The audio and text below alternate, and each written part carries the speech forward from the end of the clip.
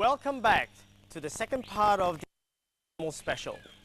Last week, we had a look at some very special animals that dominated the waters. Now this week, we're going to fly with our feathered friends as we look at some Asian birds and their special significance to our culture.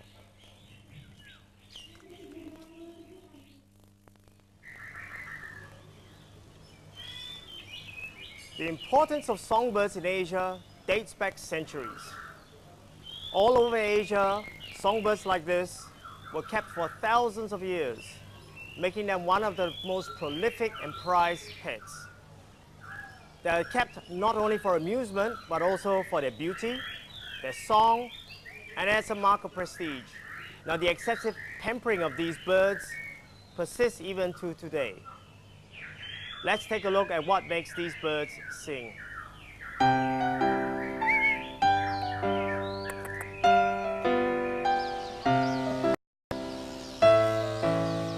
The ancient pleasure of keeping songbirds in Singapore only began in earnest after the Second World War.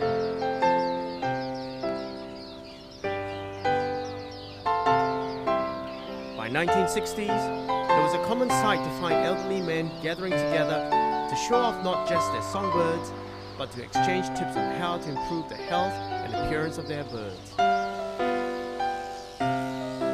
In 1985, a rough estimate put the number of local songbird fanciers at 25,000. Mr. Ng is one of the post-war songbird fanciers. He's been keeping songbirds for the last 20 years, and in the recent 5 years, his hobby has taken off to become his career. Hey CP, what is it about songbirds that you like the most? Well, basically it's a very good pet that somehow sings for you every day. And there's a lot of challenge in keeping this bird because as they go by, when you keep the bird, it performs more and more for you. And you see the changes in the bird if you keep it well. So there's also a sense of competitiveness in this keeping of this bird because each time when you see your friend keeping the same kind of bird, you want to be better. And you hope to keep an ultimate bird that really sing and perform and display for you. And somehow you derive a very good satisfaction from this. Oh, CP, of all the songbirds that you have, which is your favorite? My favorite is a Shama because Shama itself, the physique-wise is very beautiful with long tail, okay, and the color itself is attractive. Most of all, it's a very good singing bird. In many countries, it's considered one of the best singing birds in Asia. Different communities were drawn to different songbirds.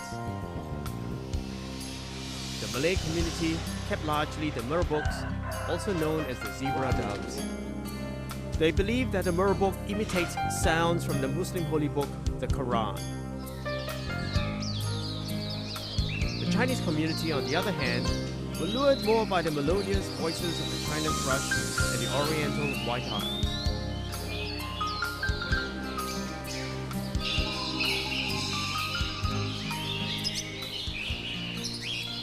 This is the most popular bird in Singapore, the Oriental white-eyes.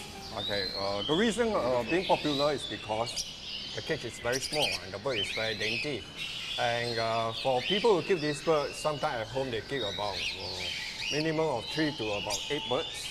And when they bring it to a coffee shop to hang their birds, they have a special bag that's able to put about 4 cages in one bag. So with 2 hands, they carry about 8 birds. So this is something that is very mobile. Whichever the bird, the real value of each bird lies not in their size or plumage, but in the quality of its song.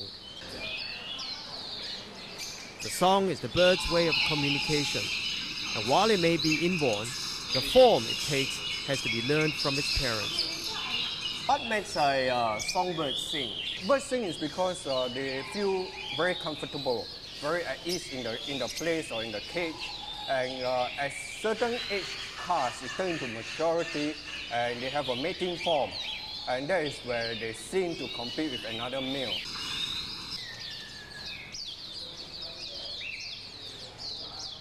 For those who keep songbirds, it's become more than just what they do. It defines who they are. So choosing just the right songbird requires hours of careful observation. From a fine note to the bird's physique and even to the details such as the manner in which a bird conducts itself.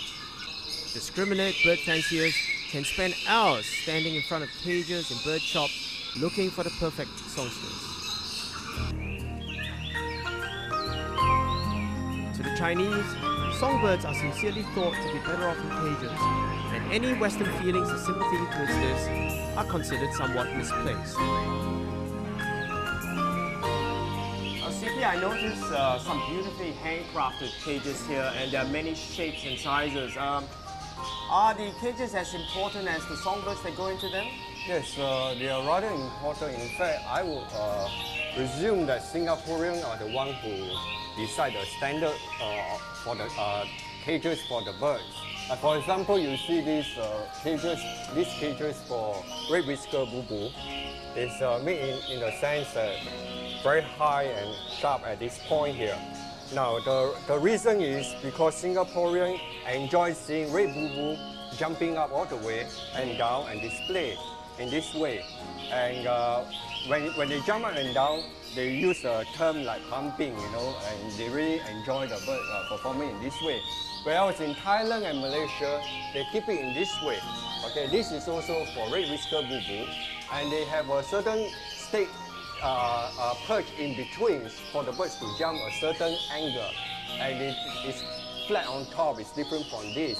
So this is basically made for red whisker bulbul, and where this one is made for China thrush. And we have the bigger cage for Shama because of the length of the tail. And the longer the tail is, the bigger the cage you have to use. So the cages accommodate the size of the bird, it's made according to the size of the bird, and also helps in the theatrics of the bird. Correct, yes, you're right. How much are some of these cages worth? It all depends on craftsmanship. In the past, maybe about 5 to 10 years ago, many people keep expensive cage. Because this hobby itself is very much of an ego-boosting kind of hobby. And when you go to a coffee shop, you want to just display off your collection.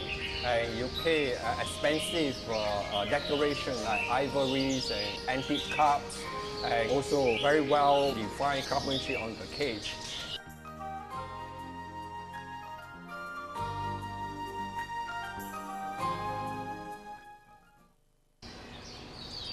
In 1953, the first songbird contest was being held in Singapore. It was an informal contest, and it wasn't until 1964 where formal competitions were being held. But at that time, there were only 4 featured birds: the shamas, the China thrush, the red-whiskered bulbul, and the white-eye or matapute. Songbird competition had been so popular that by the 1980s, there were hundreds of entrants. But today, these competitions have diminished because the main draw card are now the songbird contests being held in Bangkok, where hundreds of songbird gurus will parade their birds like prize trophies. During the recent annual bird singing competition held in southern Thailand, the Princess Cup, there were over 700 zebra doves competing for prizes.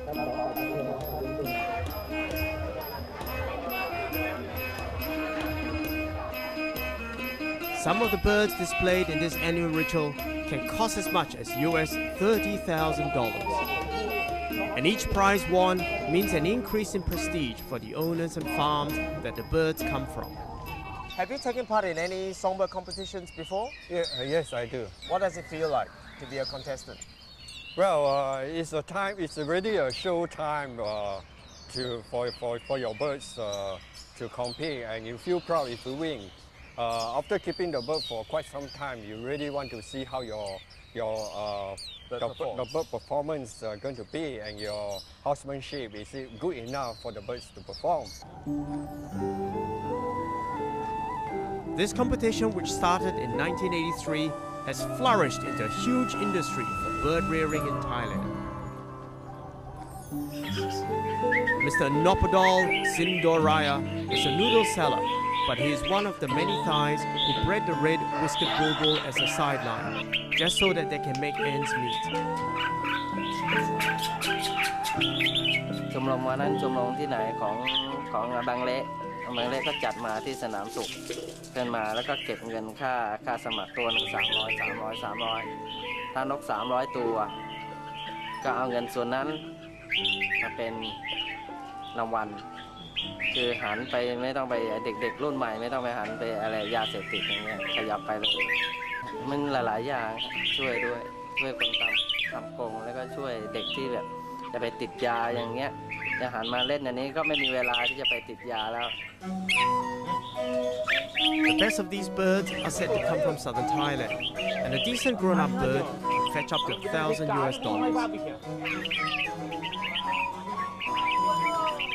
ตอนนี้ก็เริ่มแล้วเริ่มตั้งแต่ปีนี้เริ่มขึ้นมาเริ่มเพาะพันธุ์ขึ้นมาแล้วขยายกรงด้วยนะครับราคาตัวนี้ไม่อยู่ที่คุณภาพของนกถ้านกดีก็ราคาตัวละ 50,000 30,000 20,000ขยับไปเรื่อยๆไปถึง200,000นะฮะและคนที่ซื้อก็คือคนที่เล่นในสนามที่มาซื้อมืออะไรทั้งคู่เลยบางทีว่าคนมีเงินน้อยก็เล่นได้คนมีเงินเยอะก็เล่นแบบระดับดีๆเลยจับ 4-5 หมื่นขึ้นไปคนที่แบบไม่มีเงินเยอะใช่ไหมมีเงินน้อยก็จับ 3-4 พัน 3,000 ขึ้นไปอย่างเงี้ย While the venture of bird breeding has taken off in a big way in Thailand, breeding in Singapore unfortunately is hampered by a shortage of space and high costs. But breeding aside, the art of keeping birds is also losing its allure. Over the years, Singapore has been taken over by rapid development and urbanization. The traditional art of keeping and showcasing Asian songbirds has been diminishing in importance. What do some enthusiasts think? Do you think that this tradition or even almost a culture of keeping of songbirds is going to last over the next few generations? It all depends on a few factors that's involved here, like for example, certain change of regulation and restriction on keeping of this bird. For example, last year when the accident of the falling flower pot that kills small little ghosts, HDB come up with rules that birds are not allowed to hang near the windows. And because of that new ruling, it reduced a lot of quantity of birds where these fanciers are keeping. The other factor is on the regulation that controls the import and the export of birds. The future of this tradition is going to depend very much on the young people these days. These days, people, when they have their leisure time, they go for computers instead of this bird keeping. It depends on how the parents are going to inculcate this idea of keeping birds to their younger generation. Welcome back. We are now outside the Southeast Asian aviary at the bird park, home to some 120 species of Southeast Asian birds. Unknown to most of us, some of the most exotic birds come from Southeast Asia, and they represent approximately 1/8 of the total bird population in the world.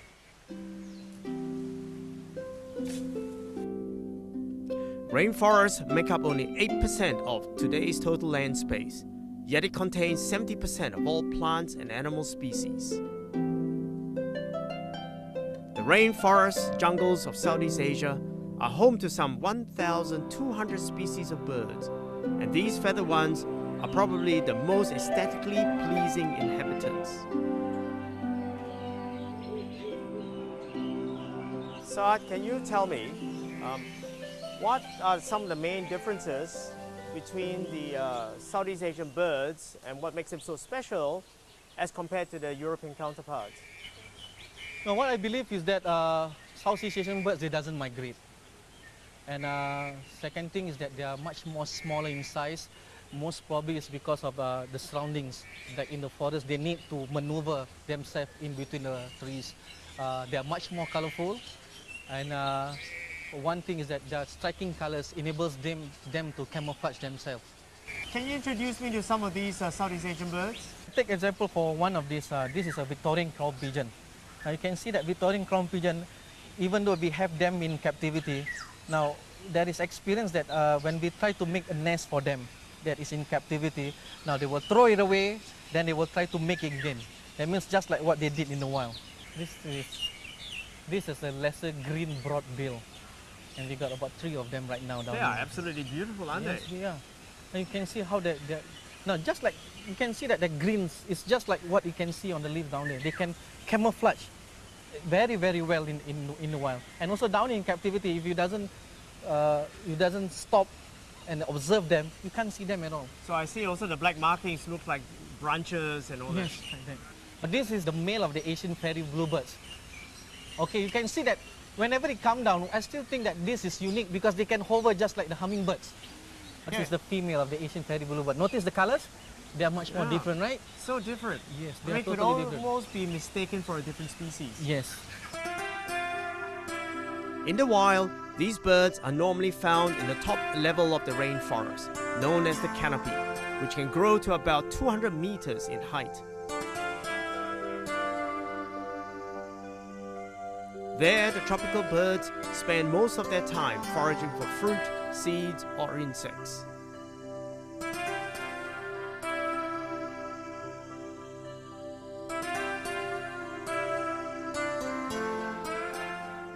To ensure the continual conservation and health of these Southeast Asian birds, the bird park tries to simulate an environment that is as close as possible to its natural habitat. So much so that every day at noon, a rainforest shower complete with thunder is simulated.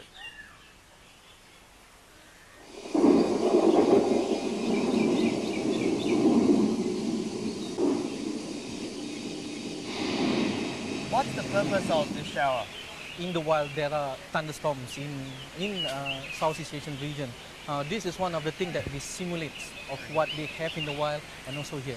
How do these birds behave in the face of a thunderstorm? You can see the many ducks outside there. Now, usually during the thunderstorm, they will go to the open and they will bathe. That's what you can see, and they will go to the open there. But for some other species of birds, they bathe in between the leaves.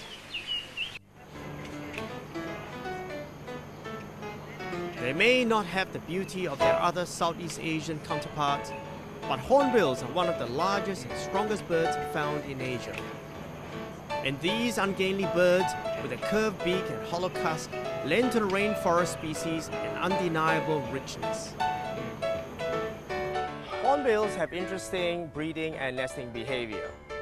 Now, they normally breed between January and March after the wet season, the December monsoon. Now, we're here at the enclosure. You can see at the back, there's a hollow box with a very small opening. Now, this is where the female hornbill, with the help of the male hornbill, seals herself in for 3 months. During this period, the egg is laid and the chick hatches and grows to maturity.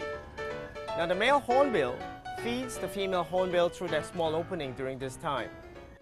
Do you know why the female hornbill seals herself up in the box? Well, especially in the wild or in an exhibit, well, the female will stay inside the box because to protect themselves from any endangered animals.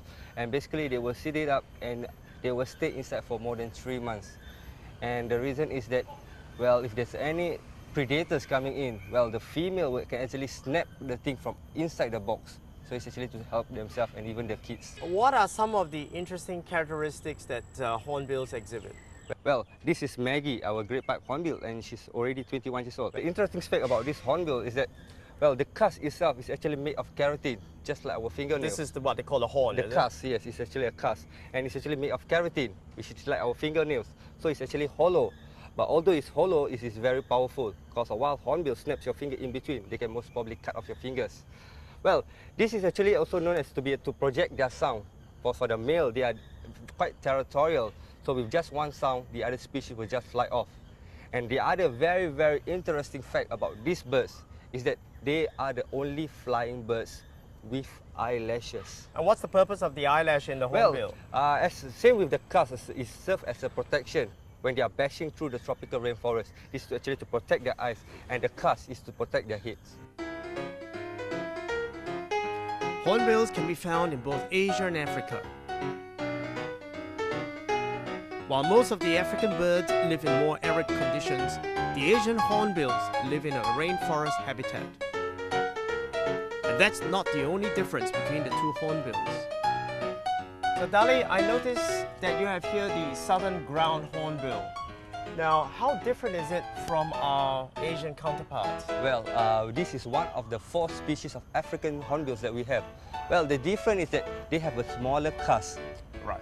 And usually for African species, they are more carnivores than the Asian. The Asian are usually omnivorous. They will go for everything. But like for this southern ground hornbill, they are the only one which is purely carnivores. So that means they will take anything. And these actually birds, they don't hop, they walk. This is Harry, a wreath hornbill. He's 2 years old and he was abandoned to Jurong Bird Park where he was raised. Now Harry is the only Asian bird taking part in the All-Star Bird Show here at Jurong Bird Park. Now let's see what sort of tricks Harry has up his sleeves, I mean wings. Rashid, what sort of tricks can Harry do? Okay, I'm going to put him up there, that tree branch up there, and I'm going to show you how agile he is, okay, by catching a piece of fruit that I'm going to toss way up high, okay? But let me tell you that this is not a trick, okay? This is what the birds would do normally in the wild, okay? They are known to catch bats while they're flying. Bats are very fast, they can catch it. Okay. I'll get a bigger piece.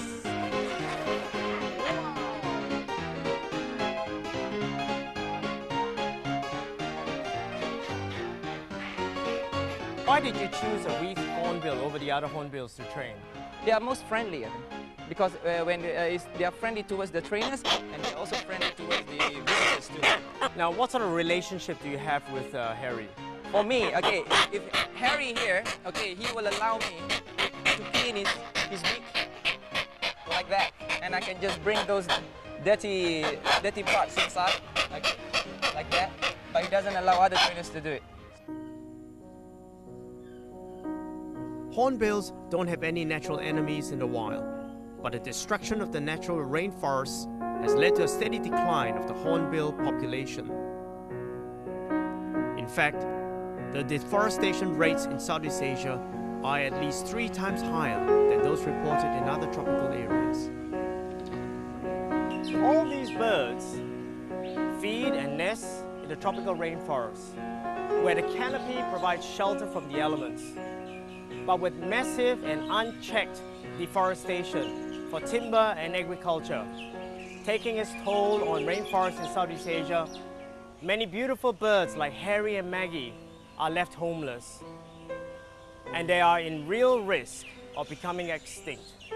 We need a concerted effort to protect and preserve these rainforests so that birds like these can continue to survive and contribute to the exotic and majestic spirit of the rainforest.